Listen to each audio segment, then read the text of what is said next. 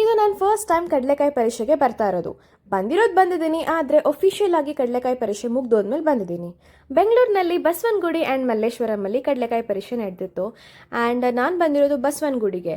Almost lightings, decoration, flowers ಅದೆಲ್ಲ ಇವಾಗ ಇರಲಿಲ್ಲ, ಎಲ್ಲ ಹಳೇದಾಗೋಗಿತ್ತು. ಬಿಕಾಸ್ ಒಫಿಷಿಯಲ್ ಆಗಿ ಮುಗ್ದೋಗಿದೆ ಕಡಲೆಕಾಯಿ ಪರೀಕ್ಷೆ.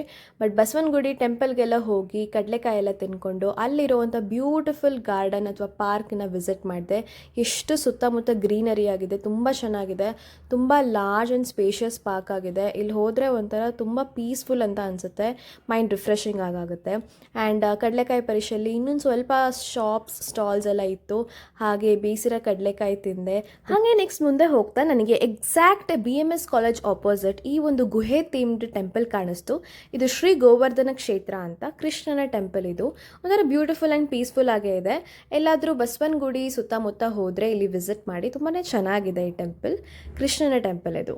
ಆ್ಯಂಡ್ ಅಲ್ಲಿಂದ ಆಚೆ ಬಂದು ನನಗೆ ಈ ಒಂದು ಶಾಪ್ ಕಾಣಿಸ್ತು. 30 ರುಪೀಸ್ಗೆ ಇದನ್ನು ಮಾರ್ತಾಯಿದ್ರು. ಇದ್ರ ನೇಮ್ ಏನಂತ ನಂಗೆ ಗೊತ್ತಿಲ್ಲ, ಬಟ್ ಶುಗರ್ ಆ್ಯಂಡ್ ಮಿಲ್ಕಿಂದ ಮಾಡಿರ್ತಾರೆ ಅಂತ. ಆ್ಯಂಡ್ ಚೈಲ್ಡ್ಹುಡ್ ಮೆಮೊರೀಸ್ ವೀಡಿಯೋಸಲ್ಲಿ ತುಂಬ ನೋಡಿದ್ದೀನಿ ನಾನು. ಆ್ಯಂಡ್ ಫಸ್ಟ್ ಟೈಮ್ ಟ್ರೈ ಮಾಡ್ತಾ ಇರೋದು, ತಿನ್ನಬೇಕು ಅಂತ ಸಖತ್ ಆಸೆ ಇತ್ತು. ಇಲ್ಲಿ ಕಾಣಿಸ್ತು, ಸೊ ತಿಂದೆ ನಾನು.